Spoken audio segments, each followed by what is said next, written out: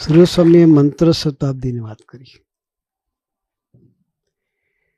કે આજે 31 ડિસેમ્બર ભગવાન સ્વામિનારાયણે આ દિવસે સ્વામિનારાયણ મંત્રનો ઉદ્ઘોષ કરેલો, કહેતા કે મંત્ર આપેલો.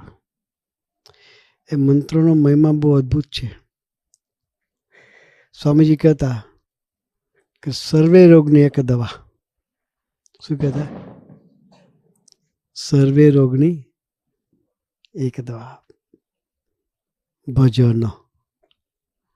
તો બહુ સરસનો મંત્ર સ્વામીજી આપણને આપ્યો છે. સર્વે રોગની દવા, માનસિક રોગ હોય, ફિઝિકલ હોય, ડિપ્રેશનનો હોય, એ બધા રોગની દવા ભજનનું બળ લઈએ તો ડિપ્રેશન બી કંઈ જતું રહે, ટેન્શન બી કંઈ જતું રહે, બધું જતું રહે.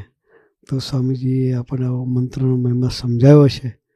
તો મંત્રનું બળ લઈ એના બળે આપણે સ્વામીજીના બળે જીવતા થઈએ, એ આજના શુભ દિવસને અંતરની પ્રાર્થના. સહજાનંદ સાહેબ મહારાજ.